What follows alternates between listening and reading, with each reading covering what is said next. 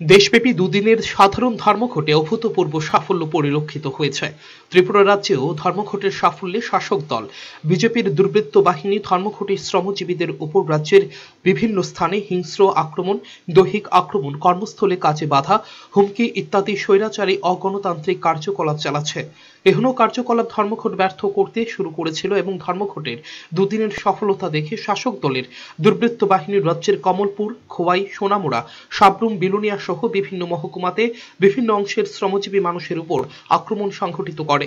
এতে বেশ কয়েকজন আহত হয়েছেন, কয়েকজন হাসপাতালে চিকিৎসাধীন রয়েছে। সিআইটিইউর ত্রিপুরা রাজ্য কমিটি দুদিনের ধর্মঘটে অংশগ্রহণকারী ও সমর্থনকারীদের উপর শাসক দল বিজেপির দুর্বৃত্তদের আক্রমণের তীব্র নিন্দা ও প্রতিবাদ জানাচ্ছে। সংগঠন শাসক দলের এখনো স্বৈরাচারী অগণতান্ত্রিক পথে হিংস্র আক্রমণ ও সন্ত্রাস বন্ধ করতে দাবি জানাচ্ছে এবং আক্রমণকারীদের অবিলম্বে গ্রেপ্তারের দাবি জানাচ্ছে রাজ্য কমিটি। ব্যুরো রিপোর্ট, চ্যানেল 3 রাত।